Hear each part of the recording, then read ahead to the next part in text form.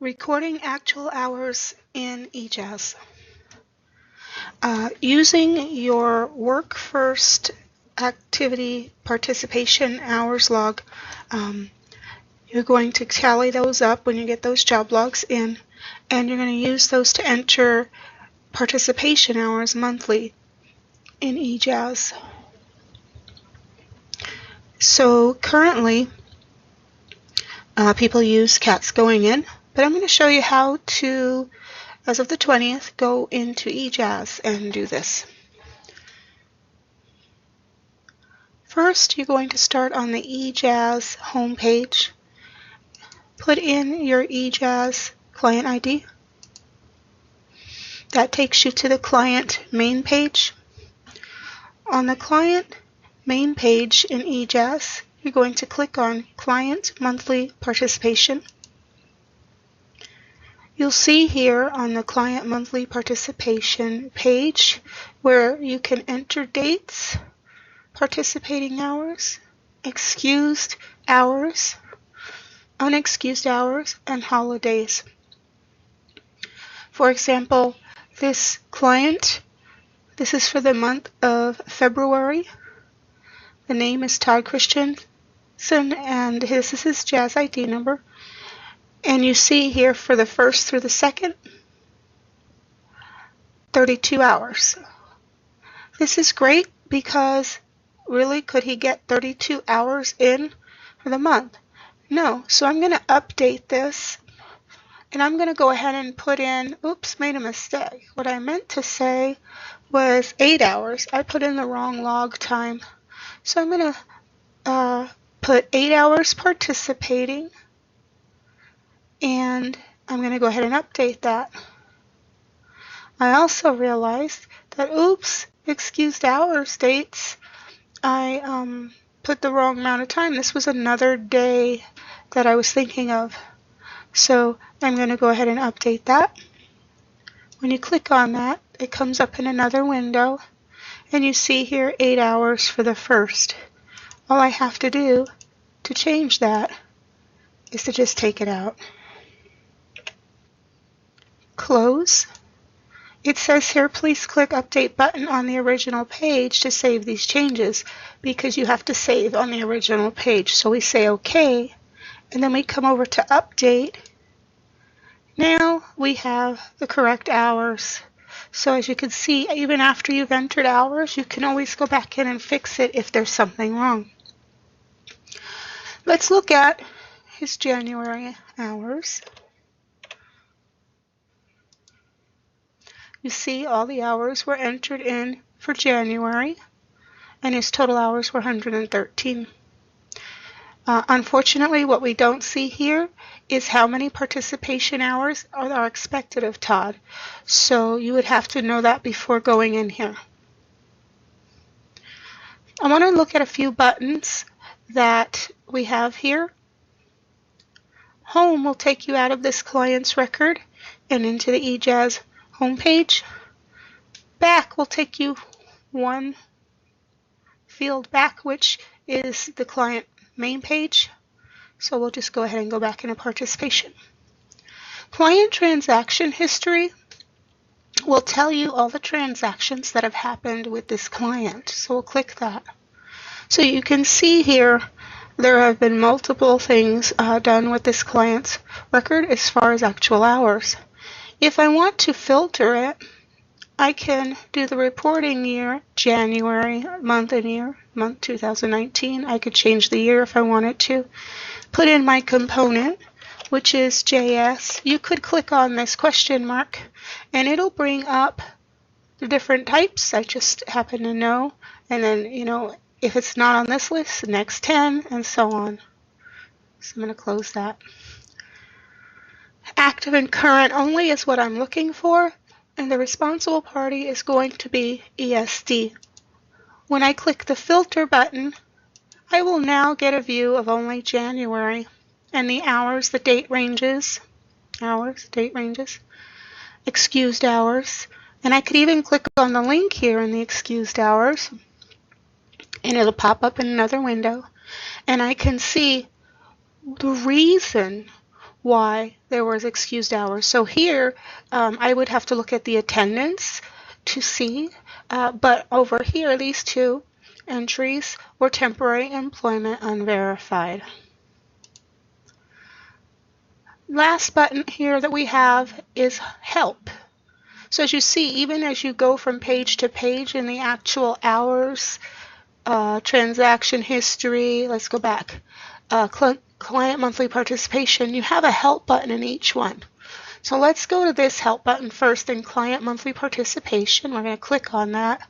It opens in another window and asks if you want to open it. So I'm waiting for it to open, and I'll pull it over. Client monthly participation. So you can see you have links you can click on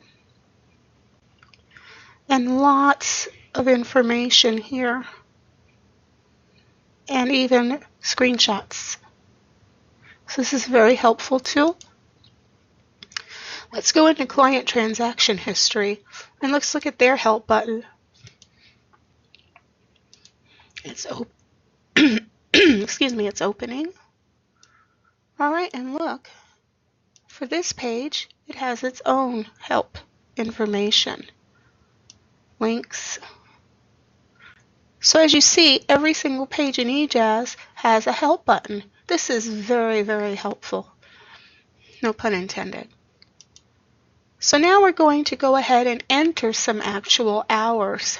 But something we need to know before we enter the actual hours is we know we're going to go in through a certain date range. But first let's look at our date range. So see, when you click on this asterisk, you can enter multiple hours. So multiple job logs at one time. This is handy for the end or the beginning of the month when you have to zero out hours by the 10th.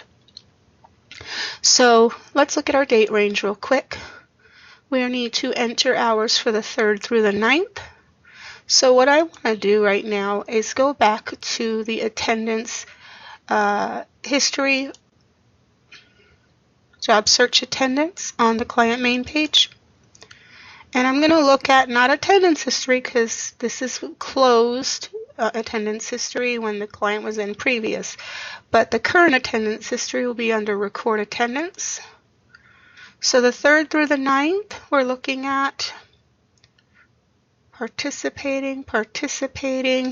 So we look at the 6th and the 8th, we have 2 excused absences,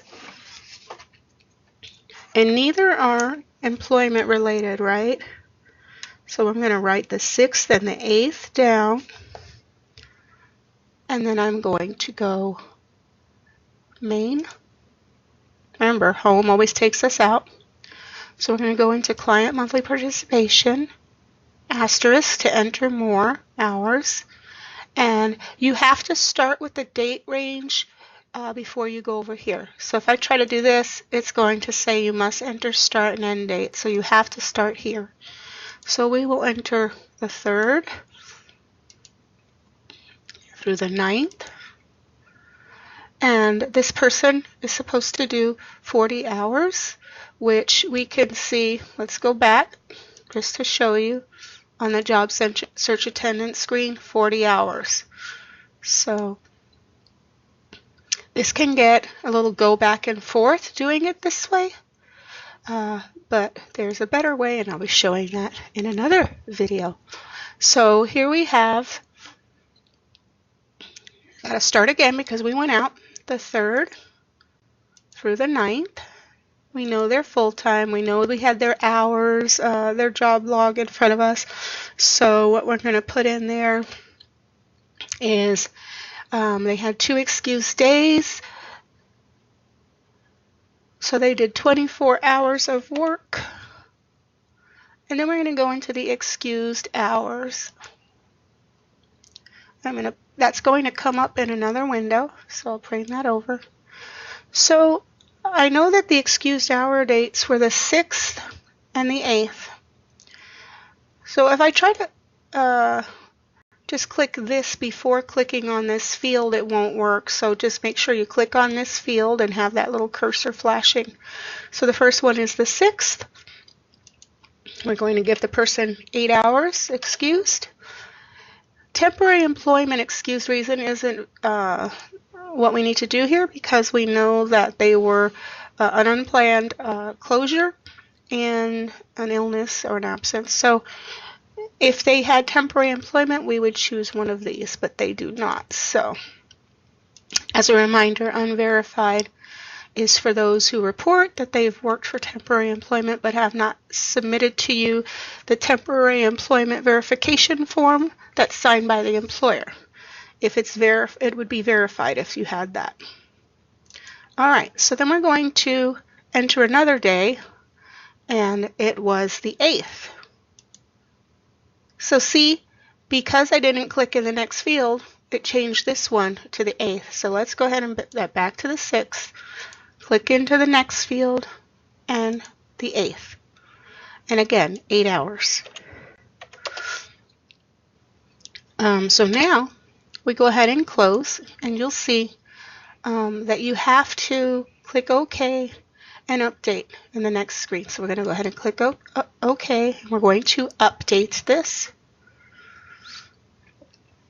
So now we see that this customer, our client, has done 24 hours participating, 16 hours for excused absences over a two-day range.